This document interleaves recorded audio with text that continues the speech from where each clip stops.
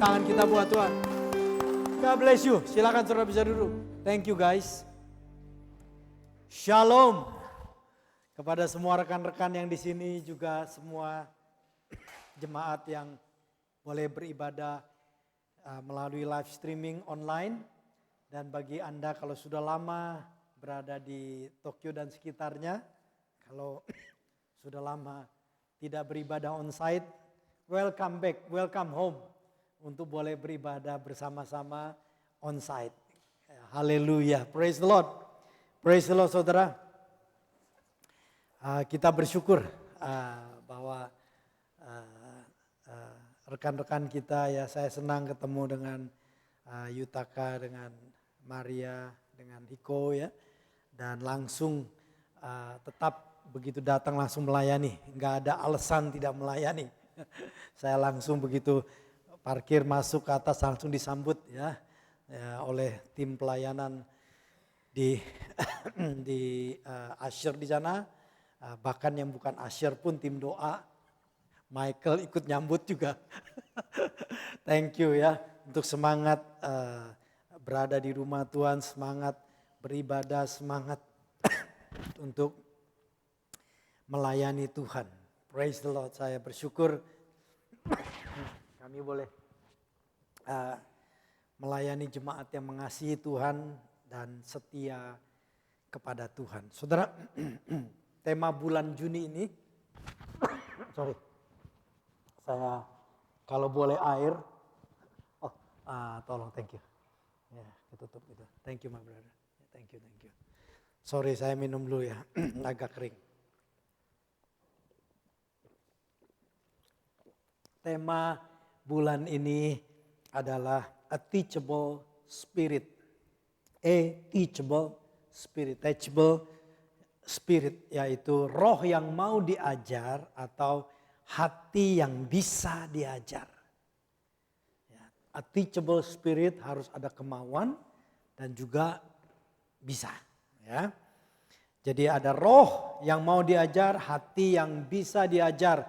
Untuk apa saudara? A teachable spirit itu, yaitu untuk kelanjutan pertumbuhan rohani dan juga karakter. Ya. Pertumbuhan rohani dan karakter. Tuhan tidak hanya kepengen kita bertumbuh di dalam kerohanian, tahu firman Tuhan itu sangat luar biasa, tetapi juga bertumbuh dalam karakter kita. Ya. Ini sangat penting. Nah, nanti setelah ibadah ngobrol-ngobrol dengan Bro Yutaka, Maria, apa yang terjadi saudara, ya, tidak mudah. Dan salah satu saya lihat adalah didikan karakter. Kamu bisa tenang gak di tengah-tengah keadaan yang tidak mudah. Di antara badai kehidupan bisa tetap tidur enggak? Seperti Yesus tidur di tengah-tengah badai. Atau menjerit-jerit dan terus marah-marah dan kecewa. Ya, kita semua akan ada masa kita akan diuji. Karena itu bagian dalam proses perjalanan iman. Petrus mengatakan tantangan itu ada untuk menguji iman kita. Itu ditulis saudara, yang diuji iman kita. Praise the Lord. Di tengah-tengah yang saudara harus yakini pada waktu keadaan itu, di tengah-tengah musibahmu Tuhan ada di sana. Di tengah-tengah keadaanmu Tuhan melihat. Orang lain tidak tahu, Tuhan melihat. Haleluya. Berikan tepuk tangan buat Tuhan dulu. Haleluya. Praise the Lord. Nah, jadi tapi untuk kita ini terus boleh bertumbuh di dalam kerohanian, mengenal jalan Tuhan, mengenal Alkitab, bertumbuh di dalam karakter, kita butuh yang namanya a teachable spirit. Kita perlu roh yang mau diajar, hati yang bisa diajar. Karena inilah yang dimiliki oleh Yesus melalui lidah seorang murid dan telinga seorang murid yang ditulis dalam kitab Yesaya pasal 50. Yesaya pasal 50 sebagai fondasi daripada tema dalam bulan ini a teachable spirit. Dari ayat ini kita lihat bahwa Yesus pun ternyata memiliki a teachable spirit, saudara. Melalui pernyataan ini di dalam pasal 50 ayat 4 sampai 11, sebenarnya itu satu perikop dari ayat 4 sampai 11 yang berbicara hamba Tuhan yang menggambarkan Yesus Kristus. Nah, dikatakan ayat 4 aja ya, cukup ayat 4 ya. Tuhan telah memberikan kepadaku lidah seorang murid supaya dengan perkataan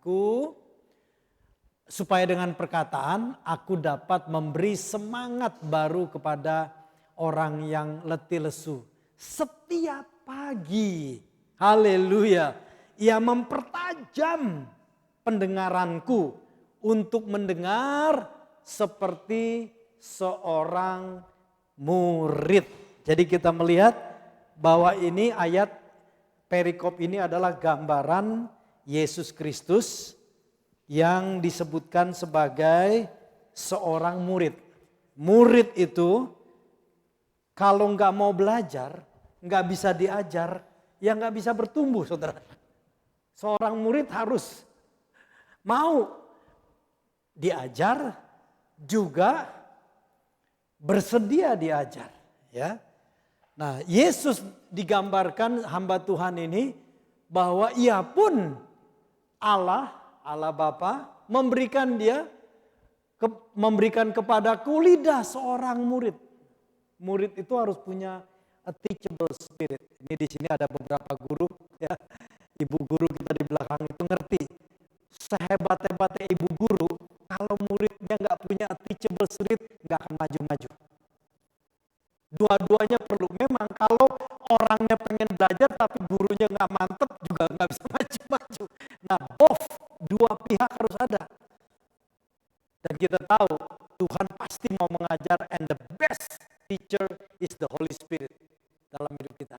Tetapi Holy Spirit pun nggak bisa maksa kita kalau kita ini nggak memiliki roh yang bisa diajar, hati yang mau belajar, nggak bisa, saudara. Karena Tuhan itu nggak bisa main paksa, nggak bisa main paksa. Dia ingin orang itu meresponi, ya. Nah, butuh a teachable spirit, butuh roh yang mau diajar, hati yang bisa diajar untuk kelanjutan pertumbuhan rohani dan karakter. Dan ini digambarkan di dalam pribadi Yesus yang dikatakan setiap Tuhan Allah memberikan kepadaku lidah seorang murid supaya dengan perkataan dapat memberikan semangat yang baru kepada yang letih lesu. Setiap pagi ia mempertajam pendengaranku untuk mendengar seperti seorang murid. A teachable spirit ekspresinya melalui mulut, juga melalui telinga. Telinga yang bisa mendengar sebagai seorang murid, lidah sebagai seorang murid, supaya dengan perkataan kita dapat memberikan semangat kepada orang yang letih lesu. Hari ini, saudara, kita akan berbicara bagian lidah dulu. Lidah seperti seorang murid sebagai bagian daripada a teachable spirit itu, ya. Roh yang mau diajar, hati yang bisa diajar, butuh lidah seorang murid, lidah yang mau dibentuk, yang mau diubah, mau diajar, supaya dengan perkataan dapat memberikan semangat kepada orang yang letih. Nah, perkataan Yesus itu, saudara, ini gambaran Yesus, ya. Di dalam kunya ini adalah gambaran Yesus di perjanjian lama, hamba Allah. Dikatakan sini perkataan Yesus memberi semangat baru kepada yang letih lesu. Dengar, ketika iman kita letih lesu, datanglah mendekat kepada Yesus dengan baca. Lebih banyak lagi dengarkan kitab-kitab Injil. Itu di situ banyak perkataan Yesus, sehingga kita pasti dapat semangat yang baru. Ketika iman kita letih lesu, datang mendekat kepada Yesus. Di dalam ibadah ini saya berharap saudara datang kepada Yesus. Kita bukan sekedar Kristen yang kebiasaan hari Minggu gereja. Tapi kita adalah orang percaya yang mau mendekat kepada Tuhan. Datang kepada Tuhan. Karena pada Yesus ada perkataan yang memberikan semangat. Haleluya. Matius pasal 11. Matius pasal 11 ayat 28 tertuliskan. Kita baca bersama-sama Matius pasal 11 ayat 28. Marilah kepadaku. Marilah kepadaku, baca. Marilah kepadaku semua yang letih lesu dan berberat-berat, aku akan memberi kelegaan kepadamu. Di perjanjian baru Yesus berkata menegaskan kembali apa yang ditulis di dalam Yesaya, bahwa perkataan Yesus itu memberikan semangat baru. Yang letih lesu, kata Yesus, datang kepadaku, supaya ketika datang aku akan memberi kelegaan, semangat kepada orang yang datang kepadanya. Jadi kalau kita beribadah itu, saudara senang ketemu dengan teman, is okay, ya. Macam-macam orang bisa datang ke gereja, ya. Ada yang mungkin ingin kenal orang Indonesia atau sudah kangen orang Indonesia,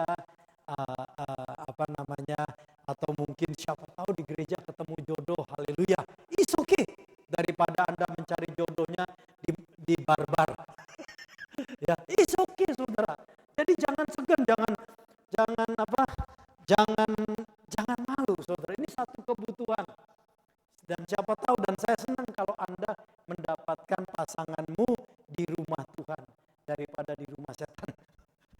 Saya mau Anda datang beribadah itu dengan pengertian. Tetapi kalau itu cuma tujuan Anda, nanti Anda capek.